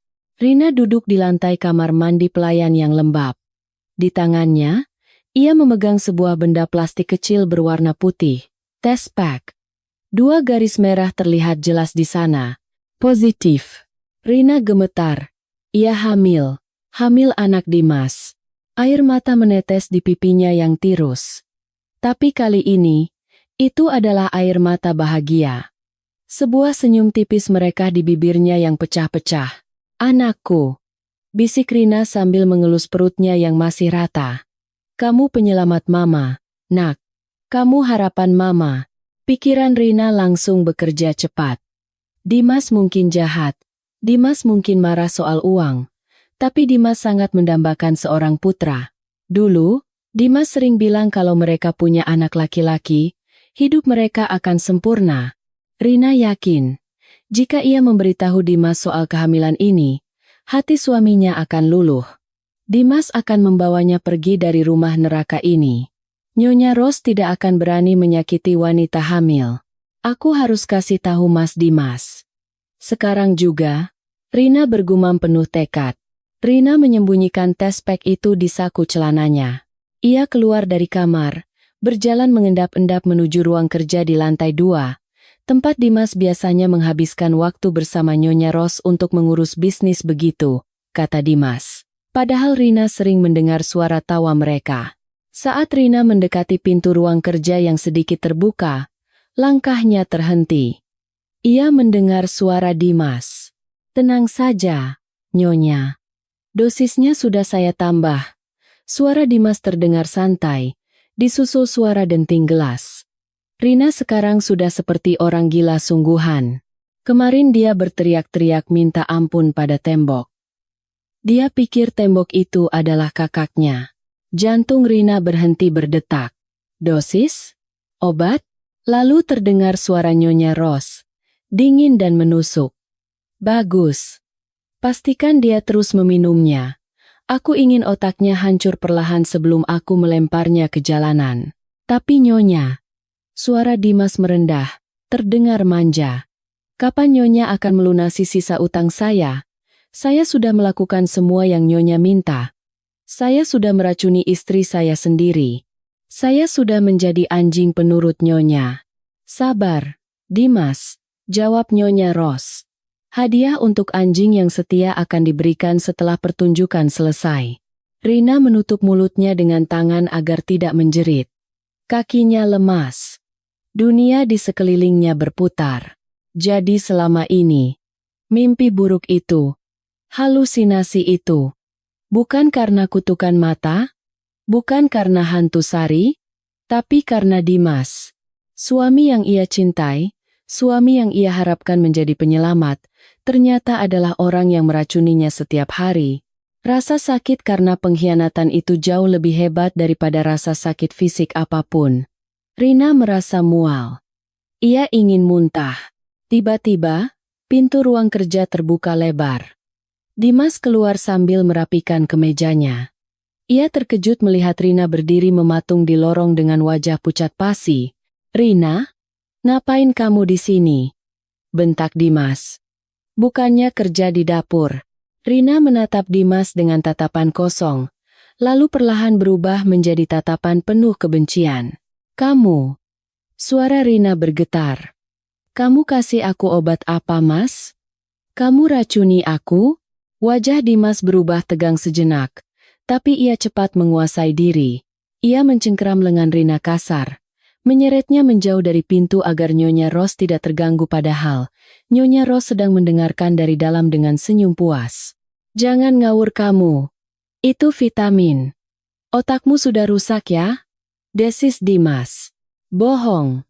Rina berteriak, menepis tangan Dimas. "Aku dengar semuanya. Kamu dan wanita iblis itu sekongkol. Kalian mau bikin aku gila." Teriakan Rina menggema di rumah besar itu. "Diam!" Dimas menampar pipi Rina keras-keras. Rina terjatuh. Tapi ia segera bangkit lagi. Ia merogoh sakunya, mengeluarkan tespek itu dan menyodorkannya ke wajah Dimas. "Lihat ini, Mas. Lihat!" teriak Rina histeris. "Aku hamil. Aku mengandung anakmu. Darah dagingmu. Apa kamu tega membunuh anakmu sendiri dengan racun itu?" Dimas terpaku menatap dua garis merah itu. Hening sejenak. Rina menunggu reaksi Dimas. Ia berharap melihat penyesalan. Ia berharap melihat Dimas memeluknya. Namun yang terjadi selanjutnya adalah mimpi buruk yang sesungguhnya. Dimas perlahan mengambil tespek itu. Ia melihatnya, lalu tertawa. Tawa yang kering, dingin, dan kejam. "Hamil?"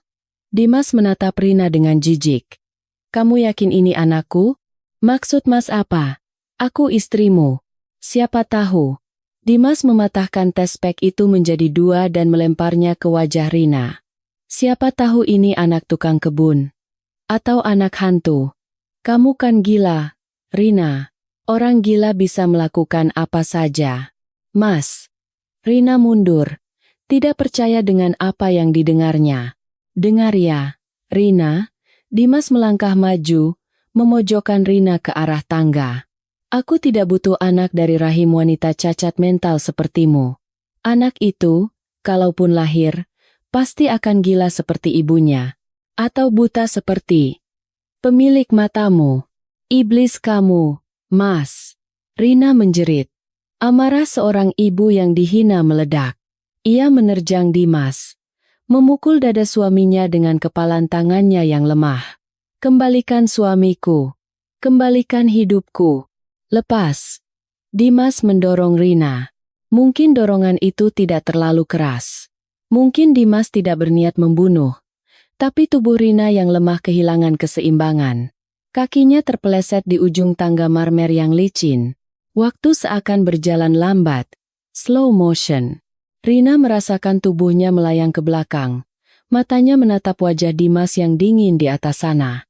Dan di belakang Dimas, di ambang pintu, Rina melihat Nyonya Ros berdiri, menatapnya dengan tatapan mata kanan yang sedih. Bruk, bam, krak. Tubuh Rina terguling menuruni tangga yang tinggi dan curam. Kepalanya membentur anak tangga berkali-kali. Tulang rusuknya menghantam sudut marmer. Sampai akhirnya, ia mendarat di lantai dasar dengan posisi terkerungkuk. Hening. Darah segar mulai mengalir dari sela-sela paha Rina, membasahi celana kerjanya yang hitam, lalu merembes ke lantai marmer putih yang baru saja ia bersihkan pagi ini. Warna merah darah itu begitu kontras, begitu menyakitkan. Rina masih sadar. Napasnya tersengal-sengal. Rasa sakit yang luar biasa menjalar di perutnya. "Anakku," bisik Rina lemah. Tangannya berusaha menggapai perutnya. "Tolong, anakku." Dimas berlari turun, wajahnya pucat. Bukan karena sedih, tapi karena takut jadi tersangka pembunuhan. Ia mengguncang tubuh Rina. Rina." Nyonya Ros menuruni tangga dengan tenang. Langkahnya anggun dan tidak terburu-buru. Ia berdiri di samping tubuh Rina yang bersimbah darah. Ia menatap genangan darah itu, darah janin yang tidak berdosa. Panggil ambulans. Dimas. Perintah Nyonya Ros datar. Tapi Nyonya, kalau polisi tanya. Dimas panik. Bilang saja orang gila terpeleset. Siapa yang akan curiga? Nyonya Ros menatap Rina yang sekarat. Rina menatap Nyonya Ros. Pandangannya mulai kabur. Tapi di saat-saat terakhir kesadarannya, Rina melihat Nyonya Ros berjongkok di dekat telinganya. Nyonya Ros membuka sedikit topengnya, memperlihatkan wajah aslinya, wajah Sari hanya pada Rina. Sakit. Rina? Bisik Sari, air mata menetes dari mata kanannya jatuh ke pipi Rina. Kehilangan anak itu sakit, kan? Rina mencoba bicara. Kak, dulu.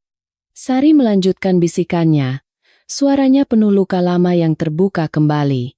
Dulu kau membohongiku, Rina. Kau bilang kau hamil agar aku mau menandatangani surat pengalihan rumah warisan bapak. Kau bilang, Kak, tolong tanda tangan. Demi calon keponakan kakak. Aku percaya. Aku tanda tangan. Dan ternyata kau bohong. Kau tidak pernah hamil waktu itu. Kau menggunakan bayi imajiner untuk merampok masa depanku. Mata Rina membelalak dalam sisa tenaganya. Ingatan itu kembali. Ya, dulu dia memang berbohong soal hamil untuk menipu Sari. Sekarang, Sari mengusap rambut Rina yang penuh darah. Sekarang kau benar-benar hamil. Dan Tuhan mengambilnya kembali. Karma tidak pernah salah alamat, Dik. Bayi itu tidak mau lahir dari rahim seorang penipu. Rina ingin menjerit, tapi suaranya hilang. Rasa sakit di hatinya meledak, melebihi rasa sakit fisiknya. Ia telah membunuh anaknya sendiri dengan dosa masa lalunya. Dunia Rina gelap gulita. Kesadarannya hilang. Rina terbangun 3 hari kemudian. Bukan di rumah sakit umum, melainkan di sebuah kamar klinik pribadi yang diset di salah satu kamar tamu rumah Nyonya Ros. Ada infus yang menancap di tangannya. Rina menatap langit-langit kamar. Ia merasa perutnya kosong, hatinya kosong. Pintu terbuka. Nyonya Ros masuk, diikuti seorang dokter pribadi. Bagaimana, Dok? Tanya Nyonya Ros. Fisiknya stabil, jawab dokter itu. Tapi kandungannya tidak bisa diselamatkan. Rahimnya mengalami trauma berat. Kemungkinan besar Nyonya Rina tidak akan bisa hamil lagi seumur hidupnya. Kalimat itu seperti vonis mati. Rina tidak menangis. Air matanya sudah kering. Ia hanya menatap kosong ke dinding. Mandul. Dia mandul. Dokter keluar. Tinggal Nyonya Ros dan Rina. Dimas mana? Tanya Rina. Suaranya serak. Mati rasa. Suamimu? Nyonya Ros duduk di tepi ranjang. Dia sedang di klub malam, merayakan kebebasannya. Dia bilang padaku tadi pagi, untunglah anak itu mati. Nyonya, kalau tidak, akan jadi beban baru buat saya. Rina mengepalkan tangannya hingga buku-bukunya memutih. Cinta di hatinya untuk Dimas telah mati bersama janinnya. Kini, yang tersisa hanyalah kebencian yang membara. Kebencian yang sama besarnya dengan kebencian Sari. Nyonya Ros melihat perubahan di mata Rina. Ia melihat api dendam di sana. Inilah yang ditunggu Sari. Saat di mana Rina akhirnya mengerti rasa sakit dikhianati oleh orang yang paling dicintai. Kau membencinya? Tanya Nyonya Ros pelan. Aku ingin membunuhnya. Jawab Rina dingin. Nyonya Ros tersenyum tipis. Ia meletakkan sebuah cermin kecil di tangan Rina. Lihat matamu, Rina, kata Nyonya Ros. Rina melihat ke cermin. Mata kirinya mata Sari tidak lagi merah. Mata itu tampak tenang, bening, dan tajam. Seolah mata itu setuju dengan keinginan Rina. Mata itu, kata Nyonya Ros. Mata itu milik seorang wanita yang juga dikhianati oleh Dimas. Mata itu tahu caranya membalas dendam. Sari berdiri, berjalan ke jendela. Aku bisa membantumu, Rina. Aku bisa memberimu kesempatan untuk menghancurkan Dimas. Tapi sebagai gantinya, kau harus menyerahkan sisa hidupmu padaku. Kau harus menjadi bayanganku. Rina menatap punggung Nyonya Ros. Ia tidak tahu bahwa wanita itu adalah kakaknya karena saat jatuh di tangga, ia mengira penglihatan wajah Sari hanyalah halusinasi akibat obat. Tapi Rina tidak peduli lagi. Apa yang harus kulakukan? Tanya Rina. Bangunlah. Hapus air matamu, perintah Nyonya Ros. Malam ini kita akan mengadakan pesta makan malam. Kita akan mengundang Dimas.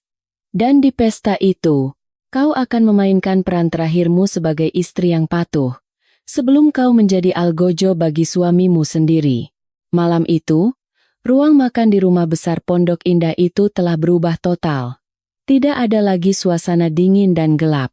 Ratusan lilin dinyalakan di atas candelabra perak, menciptakan nuansa yang romantis namun sekaligus mencekam, seperti upacara pemakaman seorang raja. Meja makan panjang dari kayu mahoni telah ditata dengan peralatan makan emas murni. Bunga mawar merah darah menghiasi setiap sudut. Kelopaknya yang segar seolah meneteskan darah ke atas taplak meja putih bersih. Dimas datang tepat pukul 7 malam. Ia mengenakan tuxedo terbaiknya. Rambutnya disisir klimis dengan pomade. Di wajahnya terukir senyum kemenangan. Dalam pikirannya, malam ini adalah malam penobatan. Ia yakin Nyonya Ros telah jatuh ke dalam pelukannya. Ia membayangkan Rina sudah diusir atau dikurung di gudang belakang. Selamat malam, Nyonya, sapa Dimas saat memasuki ruang makan. Namun, langkahnya terhenti mendadak. Senyumnya membeku. Di ujung meja, di kursi tuan rumah, duduk Nyonya Ros dengan gaun beludru merah marun yang mewah. Wajahnya masih tertutup topeng pesta Venesia separuh wajah. Tapi yang membuat Dimas terkejut bukan Nyonya Ros, melainkan sosok yang duduk di sisi kanan meja. Rina duduk di sana, mengenakan gaun sutra putih yang indah, gaun yang sangat mirip dengan gaun pengantinnya dulu. Rambutnya disanggul rapi, wajahnya dipulas makeup tebal untuk menutupi pucat dan memarnya. Namun, tatapan mata Rina kosong. Ia duduk tegak seperti boneka porselen yang retak. Tidak ada ekspresi, tidak ada senyum, tidak ada air mata. Rina? Dimas tergagap. Kenapa? Kenapa kamu ada di sini? Bukannya kamu. Duduklah, Dimas, potong Nyonya Ros. Suaranya bergema di ruangan yang sunyi. Malam ini adalah perayaan. Tidak sopan jika kita tidak mengundang korban untuk ikut makan bersama, bukan? Dimas menelan ludah. Ia merasa ada yang salah, tapi ia tidak bisa mundur. Ia menarik kursi di hadapan Rina dan duduk. Ia mencoba menatap mata istrinya, tapi Rina sama sekali tidak menoleh padanya. Rina hanya menatap lurus ke arah piring kosong di depannya. Baiklah, Dimas mencoba mencairkan suasana. Apa menu spesial malam ini, Nyonya? Steak wagyu, kaviar. Nyonya Ros menepuk tangannya 2 kali. Pintu dapur terbuka. Pak Burhan masuk mendorong kereta dorong makanan, tapi tidak ada makanan mewah di sana. Di atas piring perak itu, hanya tersaji satu jenis makanan. Makanan kampung yang sangat sederhana, yang terlihat sangat tidak cocok dengan kemewahan meja makan itu. Martabak manis. Aroma manis gula, kacang, dan coklat murahan langsung memenuhi ruangan. Jantung Dimas berdegup kencang. Ia kenal aroma ini. Ini aroma masa lalunya. Martabak? Dimas tertawa sumbang. Nyonya bercanda? Kita makan martabak di meja emas ini? Kenapa Dimas? Tanya Nyonya Ros lembut. Bukankah ini makanan favoritmu? Dulu, 20 tahun yang lalu, ada seorang pemuda miskin yang setiap sore membawa martabak manis untuk melamar gadis pujaannya di teras rumah kayu yang reot. Kamu lupa. Wajah Dimas memucat. Nyonya tahu dari mana cerita itu? Nyonya Ros tidak menjawab. Ia memberi isyarat pada Pak Burhan untuk menuangkan minuman. Bukan wine mahal, tapi teh manis hangat di dalam gelas belirik. Gelas seng jadul, yang sudah penyok. Silakan dimakan, Rina. Dimas. Perintah Nyonya Ros. Rina perlahan mengambil potongan martabak itu. Tangannya gemetar. Ia memasukkannya ke mulut, mengunyahnya pelan. Air mata tiba-tiba menetes dari mata kirinya, jatuh ke piring. Rasa martabak ini. Rasa ini sama persis dengan martabak yang dulu sering dibelikan Kak Sari untuknya saat mereka masih kecil. Enak, Rina? Tanya Nyonya Ros. Rasanya seperti dosa, bisik Rina parau. Itu kalimat pertama yang diucapkannya malam ini. Dimas membanting serbetnya ke meja. Cukup. Permainan apa ini, Nyonya Ros? Kenapa Nyonya terus-menerus mengungkit masa lalu? Saya tidak suka. Nyonya Ros perlahan berdiri. Ia mengambil gelas belirik itu, memutarnya pelan. Kau tidak suka masa lalu, Dimas? Padahal masa lalu itulah yang memberimu mata indah istrimu itu. Sari berjalan memutari meja. Langkah kakinya terdengar tek, tek, tek, di lantai marmer. Ia berhenti tepat di belakang kursi Dimas, lalu membungkuk, membisikkan sesuatu di telinga pria itu. Kau tahu, Dimas, gadis yang kau lamar dengan martabak itu, dia sangat mencintaimu. Dia rela mati untukmu. Tapi apa yang kau lakukan saat wajahnya terbakar api demi menyelamatkan adiknya? Kau lari. Kau jijik. Kau meninggalkannya sendirian di rumah sakit yang dingin. Dimas gemetar hebat. Keringat dingin bercucuran di pelipisnya. Siapa? Siapa kamu sebenarnya? Sari beralih ke belakang kursi Rina. Ia meletakkan kedua tangannya di bahu Rina. Rina tersentak, tapi tidak menepis. Dan kau, Rina, adik kecil yang manis. Kakakmu memberikan matanya agar kau bisa melihat dunia. Tapi apa balasanmu? Kau menamparnya.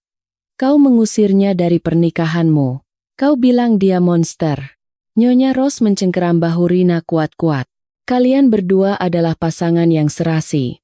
Pasangan pengkhianat. Pasangan pembunuh. Tutup mulutmu. Dimas berdiri, menggebrak meja. Ia sudah tidak tahan lagi. Kau cuma janda kaya yang kesepian. Jangan sok tahu tentang hidup kami. Ayo Rina, kita pulang. Dimas menarik tangan Rina kasar. Duduk. Teriakan Nyonya Ros menggelegar, membuat kaca jendela bergetar. Suara itu bukan suara Nyonya Ros. Itu suara Sari. Suara kakak yang sedang murka. Rina mendongak, menatap wanita bermasker itu dengan mata terbelalak. Kak. Sari. Perlahan, dengan gerakan yang sangat dramatis, Nyonya Ros mengangkat tangannya ke wajahnya. Kalian ingin tahu siapa aku? Lihatlah baik-baik. Ia melepaskan topeng Venesianya. Ia melepaskan wig rambut palsunya yang bergaya modern. Rambut aslinya yang hitam panjang terurai, sebagian sudah memutih karena stres. Dan wajah itu. Wajah yang menjadi mimpi buruk Rina dan Dimas selama ini. Meskipun sisi kanannya sudah dipercantik operasi plastik, sisi kirinya tetap menyisakan jejak keloid luka bakar yang samar. Dan yang paling mengerikan, mata kirinya. Kelopak mata itu tertutup rapat, cekung, dan kosong. Kak Sari. Rina menjerit tertahan, menutup mulutnya dengan kedua tangan. Tubuhnya berguncang hebat. Kakaknya masih hidup. Nyonya Ros adalah Kak Sari. Dimas mundur terhuyung-huyung hingga menabrak dinding. Kakinya lemas. Ia merosot ke lantai. Wajahnya pucat seperti kertas. Tidak mungkin. Kau sudah jadi gembel. Racau Dimas. Sari menatap mereka dengan satu matanya yang menyala penuh dendam. Ya, aku memang gembel. Sampah yang kalian buang. Tapi sampah ini ternyata adalah putri tunggal Tuan Malik, pemilik tanah yang kalian injak sekarang. Sari berjalan mendekati Rina. Ia memegang dagu Rina, memaksanya menatap wajahnya. Lihat aku, Rina. Lihat mata kirimu di cermin. Sari menunjuk cermin besar di dinding. Mata itu milikku. Aku mengambilnya dari kepalaku sendiri saat usiaku 21 tahun, hanya supaya kamu tidak buta. Supaya kamu bisa sekolah. Supaya kamu bisa dapat suami baik. Air mata Rina tumpah ruah. Ia meraung, bersujud di kaki Sari. Maafkan Rina, Kak. Ampun, Rina salah. Rina berdosa. Rina mencium kaki Sari berkali-kali. Rina tidak tahu. Rina pikir kakak benci Rina. Sari tidak menendang Rina. Ia membiarkan adiknya menangis darah di kakinya. Hatinya sakit melihat Rina hancur. Tapi keadilan harus ditegakkan. Sari beralih menatap Dimas yang masih terduduk lemas di pojok. Dan kau, Dimas. Sari melangkah mendekat. Dimas mencoba merangkak mundur. Tapi punggungnya sudah mentok tembok. Kau racuni istrimu sendiri. Kau bunuh anakmu sendiri. Hanya demi uang. Hanya demi merayuku. Bukan. Itu salah paham. Dimas mencoba menyangkal. Aku dipaksa. Rina yang gila. Dia yang jatuh sendiri dari tangga. Sari tertawa sinis. Ia mengeluarkan sebuah remote kecil dari sakunya dan menekan tombol play. Suara rekaman terdengar jelas dari speaker ruangan. Tenang saja, Nyonya. Dosisnya sudah saya tambah. Untunglah anak itu mati, Nyonya. Kalau tidak, akan jadi beban baru buat saya. Itu suara Dimas.